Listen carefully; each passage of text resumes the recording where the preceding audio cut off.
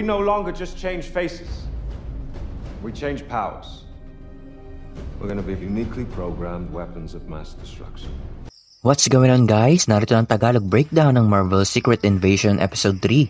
Ating hanapin ang mga natatagong detalye, Easter eggs at MCU connections sa palabas na ito.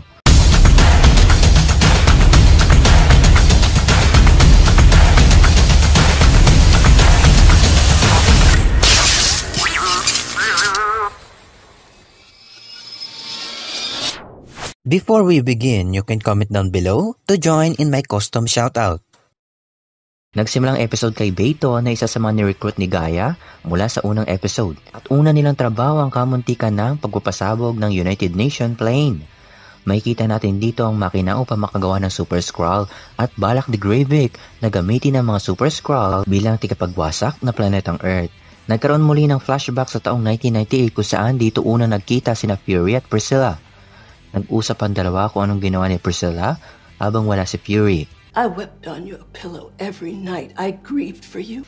At kung ilang taon na si Fury na nasa kalawakan. May tumawag kay Priscilla na tila nakapagtataka. Ipapaliwanag ko yan maya-maya.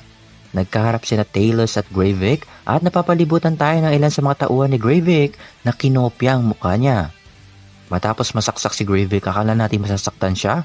Pero dito na lumabas ang isa sa mga kapangyarihan niya na galing sa mga extremists na inimbento noon ni Killian mula sa pelikulang Iron Man 3. Humingi ng tulong si Fury kay Talos matapos sila mag-away. You knew how to get in touch with me, Talos, and you didn't because you didn't want me to know. Humingi rin siya ng tulong kay Sonya.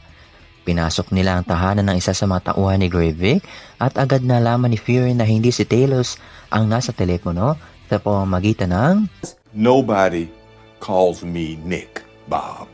At ito rin ang taktika na ginamit niya sa pelikula ni Captain Marvel upang malaman kung isang Skrull ang kausap niya. Everybody calls me Fury. Not Nicholas, not Joseph, not Nick. Excellent work, Nicholas.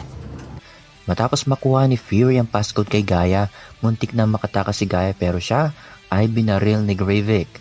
Hindi ko masasabi kung patay na si Gaia, pero sana hindi dahil napakalawak pa ng pwedeng magawa niya sa loob ng MCU. Samantala, ang huling eksena ay nalaman natin na si Priscilla pala ay nagtatrabaho kay Gravik at may tumawag sa kanya na sa tingin ko ay boses ito ni Rhodey. St. James Church, 1 hour.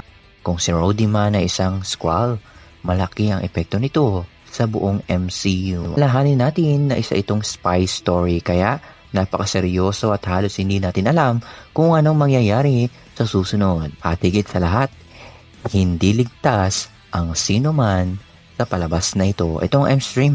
Patuloy ang suporta sa akin channel by leaving a like. Subscribe ka na para sa mga susunod kong content.